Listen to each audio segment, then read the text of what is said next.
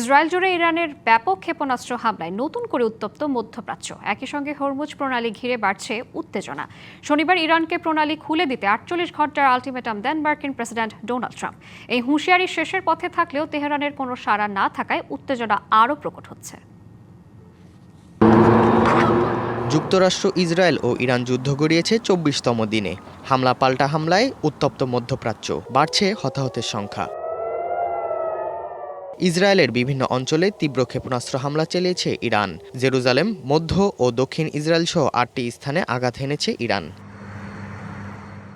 এদিকে হরমুজ প্রণালীতে ইরানের সামরিক সক্ষমতা ধ্বংস না হওয়া পর্যন্ত অভিযান চালিয়ে যাওয়ার হুঁশিয়ারি দিয়েছে যুক্তরাষ্ট্র। মার্কিন গণমাধ্যম এনবিসির মিট দ্য প্রেস অনুষ্ঠানে এমন মন্তব্য করেন দেশটির অর্থমন্ত্রী স্কট বেসেন্ট। ট্রাম্প এই যুদ্ধ ধীরে ধীরে শেষ করতে চান। তার প্রধান লক্ষ্য ইরানের বিমান ও নৌবাহিনী ধ্বংস করা ও তাদের ক্ষেপণাস্ত্র ক্ষমতা পুরোপুরি নষ্ট করা। হরমুজ প্রণালীর আশপাশে ইরানের প্রতিরক্ষা ঘাঁটিগুলো ধ্বংস না হওয়া পর্যন্ত এই অভিযান চলবে। তবে ডেমোক্র্যাট সিনেটর ক্রিস মার্ফির দাবি, ট্রাম্প প্রশাসন যুদ্ধ পরিস্থিতির ওপর নিয়ন্ত্রণ হারিয়েছে। ক্লিংকার বেশি থাকলে সিমেন্ট বেশি খাঁটি। আনোয়ার সিমেন্ট।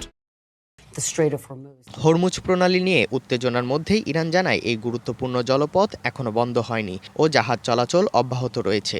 সামাজিক যোগাযোগ মাধ্যম এক্সে এ কথা বলেন দেশটির পররাষ্ট্রমন্ত্রী আব্বাস আরাকচি। প্রণালীতে বিঘ্ন সৃষ্টি এবং ক্রমবর্ধমান বিপদের জন্য সরাসরি যুক্তরাষ্ট্র ও ইসরায়েলকে দায়ী করেন তিনি।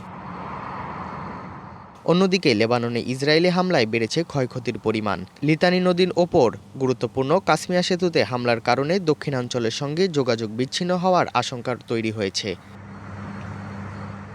Irteza Chowdhury, DBC news desk.